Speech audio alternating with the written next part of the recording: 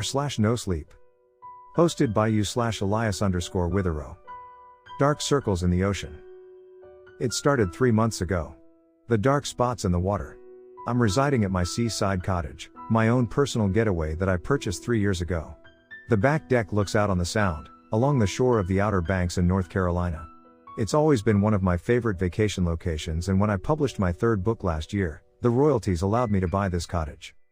I don't have any neighbors. I specifically wanted it that way. I planned to write my 4th book here and wanted to ensure peace and quiet while I worked away at it. There's a little pier that stretches out into the Sound from beneath my deck. The sound of the water gently slapping against the wood stimulates my creative mind like nothing else can. I was sitting on the dock a couple days ago when I noticed it for the first time. The dark spots in the water. They were circular and about 4 feet in circumference. I counted 4 of them, about 20 feet from where I stood at the end of the pier. The sun was setting, strips of blank cloud colored by scars of brilliant soft orange. The water caught the light and made it sparkle, a twinkling of stars on the gently surface. Except for the circles of black.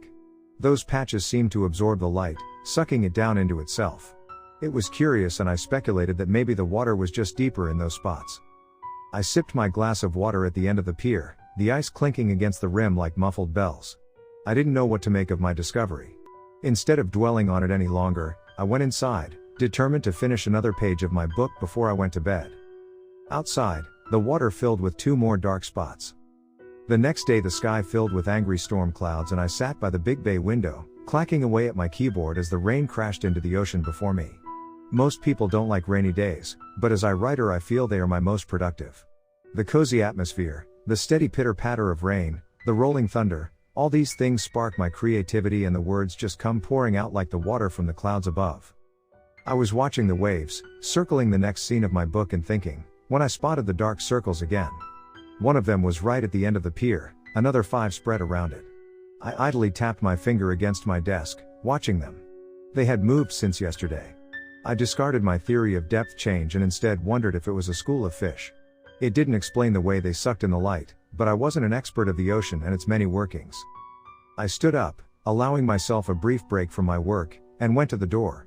I opened it, the overhang shielding me from the rain, and breathed in the wet air. The air was fresh, smelling of new rain and ocean salt. I breathed it in and then winced, the wind suddenly carrying a new odor. Something foul and sharp, burning my nose with its repulsive aroma. I covered my face with a hand, trying not to gag. It was sharp, like vinegar almost, and I felt my eyes water. I slammed the door closed and retreated back inside. I went to my desk and took my seat, wiping the remains of the smell from my nose. I looked out onto the water. The dark patches of water had moved closer to the house. That night I couldn't sleep. I had awoken only an hour after going to bed and couldn't will my mind back into sweet slumber. I went to my back deck and stood in the darkness, watching the water, letting the repetitive lapping of waves slow my mind. It was something I had done before when I couldn't sleep, my mind still buzzing with ideas and worries. The wind whipped my hair across my face, a warm breeze filled with ocean scents. The moon spilled its white light onto the water and lit the tiny peaks of rolling waves. I listened to them smack against the pier before me and breathed in the atmosphere. And that's when I heard humming. At first I thought it was just the wind, but as I trained my ears, I realized it was coming from the water. It was soft, but there was a definite melody to the low rise of deep vocals. It almost sounded like chanting. My eyes settled over the dark patches of water. I hadn't even noticed them there in the night, but when I actually looked, I could see the light of the moon around the edge of their murky perimeter. But no light filled the center, instead it remained as black as the deepest corners of space. And the humming was definitely coming from the ebony patches of still water. Something about the ominous sound chilled me to the bone, a slow sad tune that carried in the wind with haunting purpose. It raised the hair on the back of my neck and I leaned down over the railing to get a better look. The circles were close to the wooden edge of my house, where the water met a wall just below my deck. The pier stretched out from that wall, resting on the surface of the Sound like a red carpet. I took the steps down my porch and walked under the deck to the pier. My bare feet patted across the wood and the sound of the humming became more pronounced. I looked to my right and saw a few of the circles slowly moving back and forth like they were being carried on the tide. What the hell, I thought, staring out, and that's when something stirred the surface of the water. It came with a sudden splash and a slice of white froth. In the center of each of the circles, something emerged for a split second. It was so sudden and the darkness so deep that I couldn't see what it was, but it scared me half to death. It had all happened seamlessly and in sync. At the exact same moment, they all had mirrored the exact same action. I didn't know what it meant, didn't know if I was dealing with animals or nature, but I knew I was suddenly feeling very uncomfortable. I raced back to the deck, my ears filling with the strange sad humming. As I was about to go back inside, I was slammed with the awful stench again. I retched as the wind carried it down my throat and felt my eyes tear up.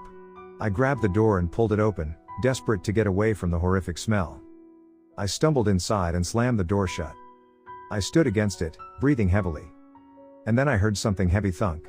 Onto the pier outside. It came in a rush of water and weight, a loud exclamation in the night.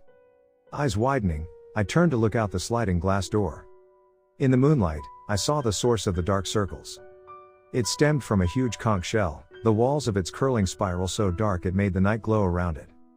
Worming out of the opening was a long coil of pink flesh, shining with dripping water. It was thick and oozing, like an infected tongue, and at the end of its 2-foot span was the torso of a person. It grew out of the pulsing, shimming muscle and its face was bloated and waterlogged. Its eyes were black and a smile ripped up its face like a deep gash on its noseless face. And it was humming. The notes carried in the night air and filled me with crippling dread. It was a song of death, a prelude to carnage. It pulled itself along the pier towards my house on long fingerless slabs of squirming flesh.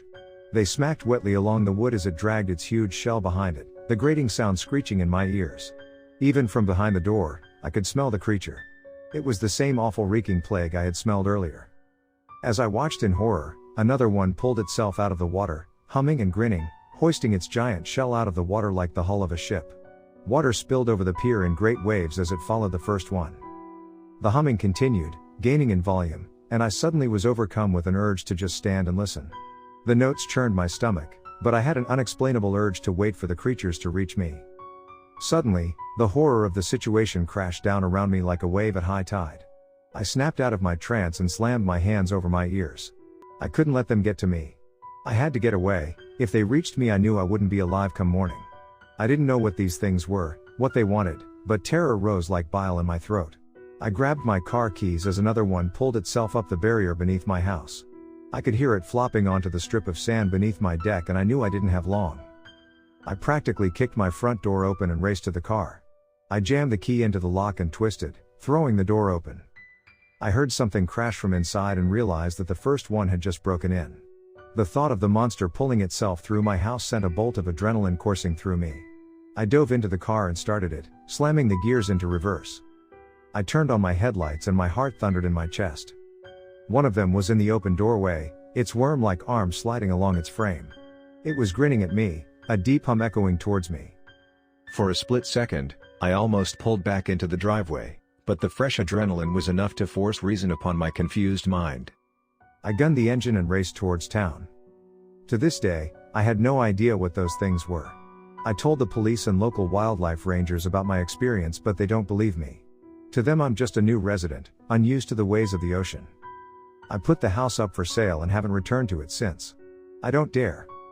I tried talking to the local fishermen about the dark circles in the water, but they cut me off as soon as I mentioned them. They told me I shouldn't talk about such things, hushing me with a quick wave of their hand. They get a look in their eye that scares me, but also tells me I'm not insane. I don't know what I've witnessed, what those creatures were or what they wanted. Just thinking about it terrifies me. I know one thing though, I'm never going near the ocean again. Something tells me I'd hear humming. Something tells me those creatures would return to catch the one that got away.